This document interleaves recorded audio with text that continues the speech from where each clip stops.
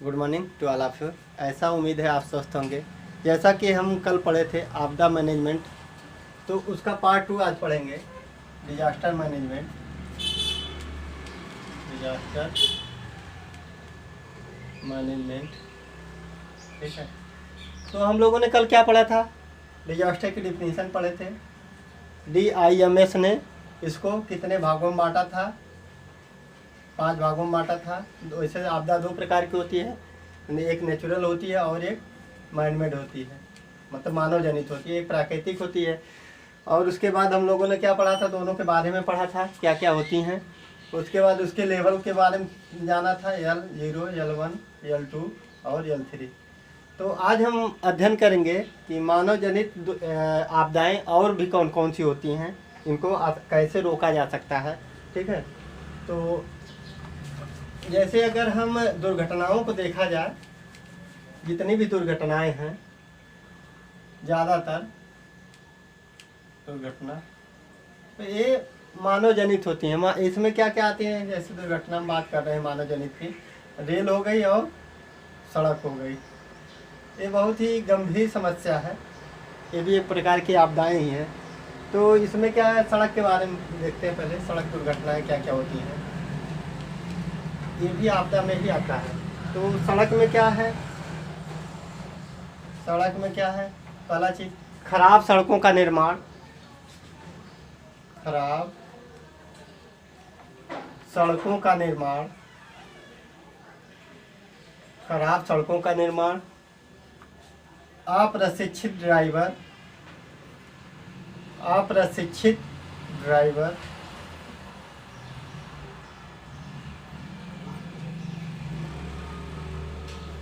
शराब पीकर गाड़ी चलाना, शराब पीकर गाड़ी चलाना, सिग्नल का पालन ना करना, सिग्नल का पालन ना करना, सही समय पर सड़कों का गड्ढा ना भरना, जो भी गड्ढे होते हैं उनको समय पे ना भरना, ट्रैफिक नियम का उल्लंघन करना, इत्यादि मानव जनित आपदाएं हैं या मानव जनित दुर्घटनाएं हैं। अब हम रेल पे देखते हैं। रेल में क्या है?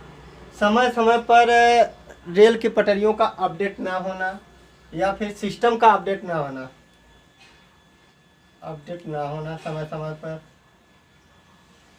सिग्नल का ना दिखाई देना, जैसे कोहरा का समय होता है, ठंडी का समय होता है, तो उसमें क्या होता है, सिग्नल नहीं दिखाई देते हैं। सिग्नल का दिखाई ना देना, रेल की पटरियों का मरम्मत ना करना, पटरियों का मरम्मत ना करना, अप्रशिक्षित ड्राइवर, मतलब अच्छे से प्रशिक्षण नहीं दिया गया है तो भी रेल दुर्घटनाएं होंगी, एक प्रकार की भी आपदा। अप्रशिक्षित ड्राइवर, अप्रशिक्षित ड्राइवर इत्यादि चीज़ों को अगर हम देखा जाए, मानव तमाम पैसे खर्च करने के बावजूद भी या तमाम टैक्स देने के बावजूद भी मूलभूत सुविधाओं से वंचित रह जाता है। अब हम देखेंगे कि इससे संबंधित कौन कौन सी एजेंसियां हैं, ठीक है। आपदा प्रबंधन से संबंधित कौन कौन सी एजेंसियां बनाई गई हैं। तो आपदा प्रबंधन के लिए एजेंसियां, आपदा प्रबंधन से संबंधित एजेंसियां, ठीक है। तो पहली एजेंसी जो है राष्ट्रीय स्तर पर, राष्ट्रीय स्तर पर जो एजेंसी है वो उसका नाम है गृह मंत्रालय। गृह मंत्रालय, इसको नोडल ऑफिस भी बोल सकते हैं, नोडल ऑफिस। ठीक है, ये राष्ट्रीय स्तर पर जो एजेंसी बनी है गृह मंत्रालय है। दूसरा है राज्य स्तर पर, राज्य स्तर पर जो एजेंसी है आपदा प्रबंधन विभाग है। आपदा प्रबंधन विभाग, आपदा प्रबंधन विभाग है। तीसरा है जिला स्तर पर, जिला स्तर पर जिला मजिस्ट्रेट कार्यालय, जिला मजिस्ट्रेट कार्यालय। जिला स्तर पर जो है जिला मजिस्ट्रेट कार्यालय है। राज्य स्तर पर राज्य आपदा प्रबंधन विभाग है और राष्ट्रीय स्तर पर गृह मंत्रालय है। उसके बाद देखते हैं विकास खंड स्तर पर। विकास खंड स्तर पे कौन सी एजेंसी है? विकास खंड स्तर पर पंचायत समिति कार्यालय है। विकास खंड स्तर पर, विकास खंड स्तर पर पंचायत समिति कार्यालय है। पंचायत समिति कार्यालय है। और गांव स्तर पर, गांव स्तर पर ग्रामीण समिति कार्यालय है। ग्रामीण समिति कार्यालय है। तो राष्ट्रीय स्तर पर गृह मंत्रालय, राज्य स्तर पर आपदा प्रबंधन विभाग, और उसके बाद जिला स्तर पर जिला मजिस्ट्रेट कार्यालय, विकास खंड स्तर पर पंचायत समिति कार्यालय और ग्राम स्तर पर ग्रामीण समिति कार्यालय बनाई गई हैं। ठीक है, उसके बाद देखते हैं कि जो आपदा आती है उससे संबंधित कौन कौन सा मंत्रालय देखता है। जैसे अगर हवाई यान से संबंधित प्रॉब्लम है, आपदा है, या विमानन संबंधित, तो ये उड्डयन विभाग देखेगा। उड्डयन विभाग। अगर स्वास्थ्य से संबंधित प्रॉब्लम है, स्वास्थ्य से संबंधित, तो कौन सा विभाग देखेगा? स्वास्थ्य विभाग। स्वास्थ्य विभाग। जैसे इस समय कोरोना वायरस फैला है तो इसको इसके अंतर्गत रखा जाएगा, स्वास्थ्य विभाग के अंतर्गत। उसके बाद है प्राकृतिक आपदा। प्राकृतिक आपदा और रासायनिक आपदा। रासायनिक आपदा और नाभिकीय एवं जैविकी। नाभिकीय एवं जैविक आपदा। प्राकृतिक आपदा, रासायनिक आपदा, नाभिकीय एवं जैविक आपदा एक गृह मंत्रालय के अंतर्गत आता है। गृह मंत्रालय, इस पर गृह मंत्रालय डिसीजन लेगा कि क्या कैसे सुविधाएं किसको प्रदान करना है। अब आपदा प्रबंधन के लिए अपनाई गई रणनीतियां कौन कौन सी हैं उसको देखते हैं हम।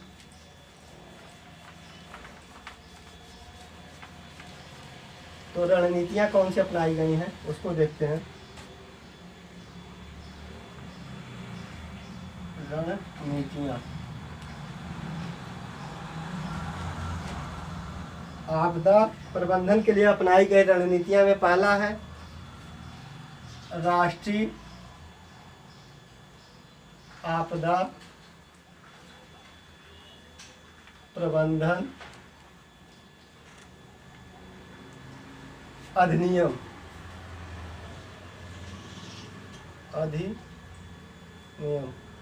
यह 2005 में बनाई गई थी।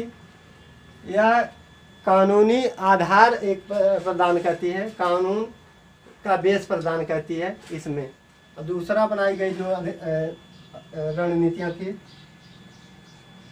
राष्ट्रीय आपदा प्रबंधन, राष्ट्रीय आपदा प्रबंधन अधिकरण। यह शीर्ष और उच्च आपदा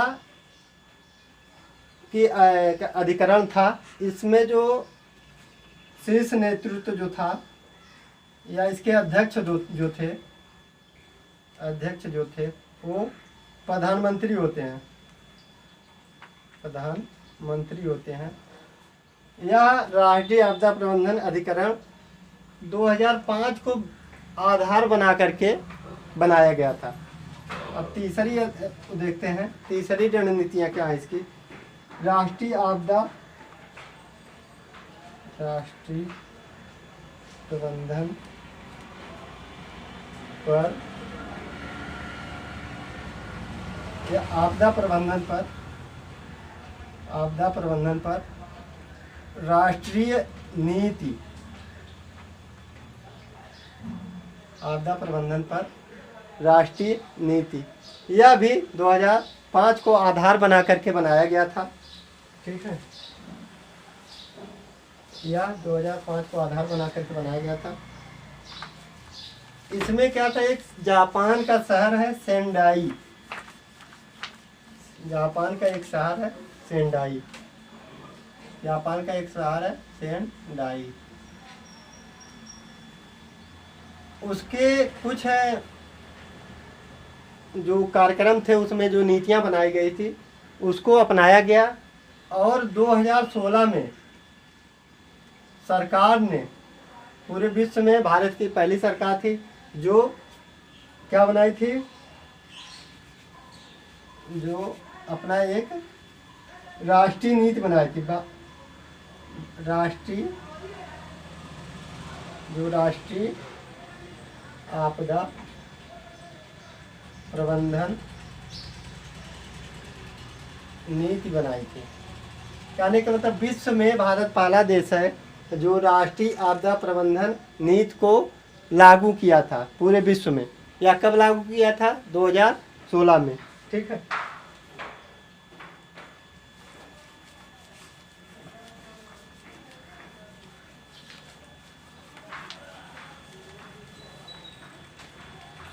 तो राष्ट्रीय आपदा प्रबंधन का जो उद्देश्य है, राष्ट्रीय आपदा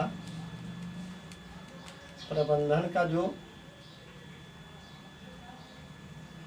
उद्देश्य है वह क्या है, जीवन और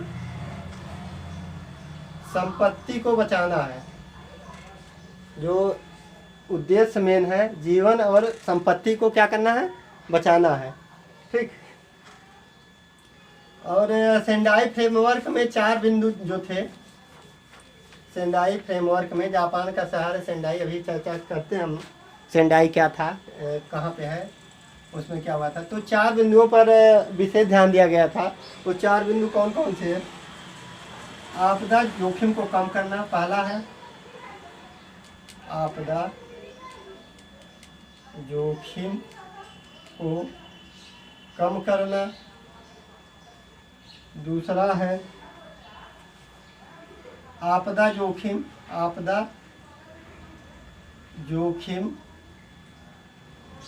प्रशासन को सुधारना, आपदा जोखिम प्रशासन को सुधारना। तीसरा आपदा जोखिम में कमी, आपदा जोखिम में कमी हो गया। आपदा जोखिम को समझाना, आपदा जोखिम को समझाना। ठीक है, और चौथा पॉइंट है आपका प्रारंभिक चेतावनी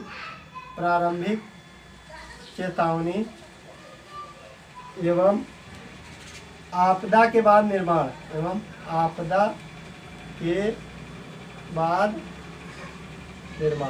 तो ये जो आपदा राष्ट्रीय नीति बनाई गई थी वो कहाँ से ली गई थी, सेंडाई फ्रेमवर्क की नीतियों से लिया गया था। उसमें क्या, आपदा जोखिम को कम करना था, आपदा जोखिम प्रशासन को सुधारना था, आपदा जोखिम को समझाना था, और प्रारंभिक चेतावनी एवं आपदा के बाद का निर्माण है।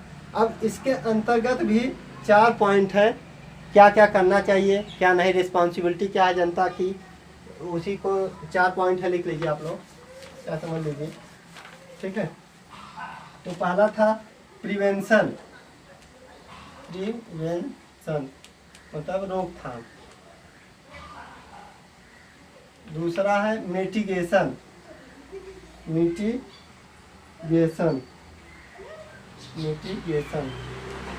मतलब समन।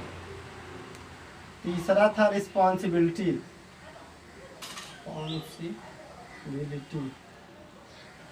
चौथा था रिकवरी। ठीक है, आपदा के प्रारंभिक और आपदा के बाद का क्या क्या 4 पॉइंट कौन थे? प्रिवेंशन, मिटिगेशन, समन, रिस्पॉन्सिबिलिटी और रिकवरी, ये 4 पॉइंट है। अब हम अध्ययन करेंगे सेंडाई फ्रेमवर्क क्या था। सेंडाई फ्रेमवर्क क्या था?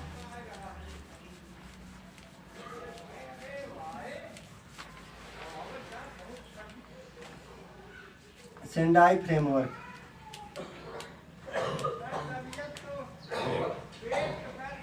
यह जापान के एक शहर है जो 2015 में संयुक्त राष्ट्रीय आपदा का तीसरा कार्यक्रम था। संयुक्त राष्ट्रीय आपदा का तीसरा कार्यक्रम था जिसमें 187 देशों ने भाग लिया था। 187 देशों ने भाग लिया था। इसका जो प्लान था 2015 से 2030 तक था। यह 15 वर्षों का एक गैर बाध्यकारी प्लान था। Okay, thank you.